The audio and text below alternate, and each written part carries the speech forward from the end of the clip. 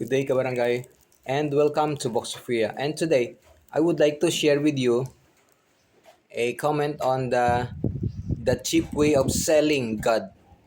Because sa paggawa ng mga kasulatan na yan, inilagay ng mga tao, yung mga sumulat, ang quality ng God galing sa quality ng tao. Yung tampuhin, uliyanin, paulit-ulit, magsalita na conflict minsan. Lagi-lagi pala may conflict.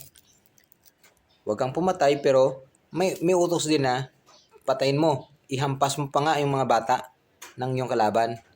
Imagine, mga sanggol ihampas mo sa ulo, ay ihampas mo sa bato. Yun ang utos ng Diyos. Ganon. So, at hanggang sa mga magagana, mga cheap way of selling God,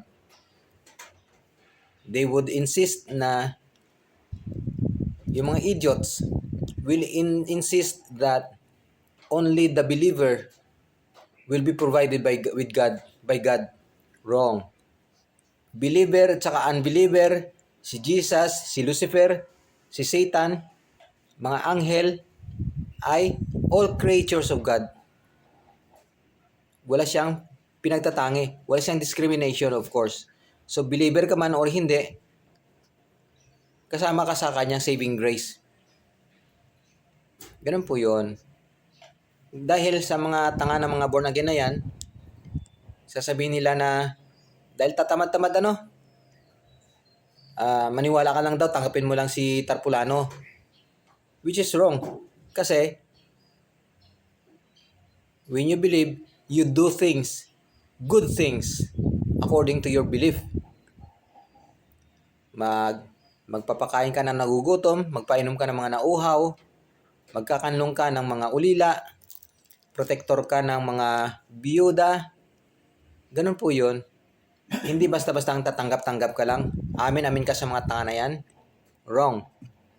Kaya, believer ka man, naniwala ka man o hindi, may pananampalataya ka man o hindi sa Diyos o sa kay Tarpulano man yan, God will provide you kasi yun ang batas na i-set up niya na. Binigay niya ng batas na kung anong itanim mo, siya yung anihin mo. At kung anong pangangailangan mo, iyang ibibigay niya sa'yo. Yung pangangailangan, hindi yung ambisyon, hindi yung mga pangarap na kung ano-ano pa. Needs.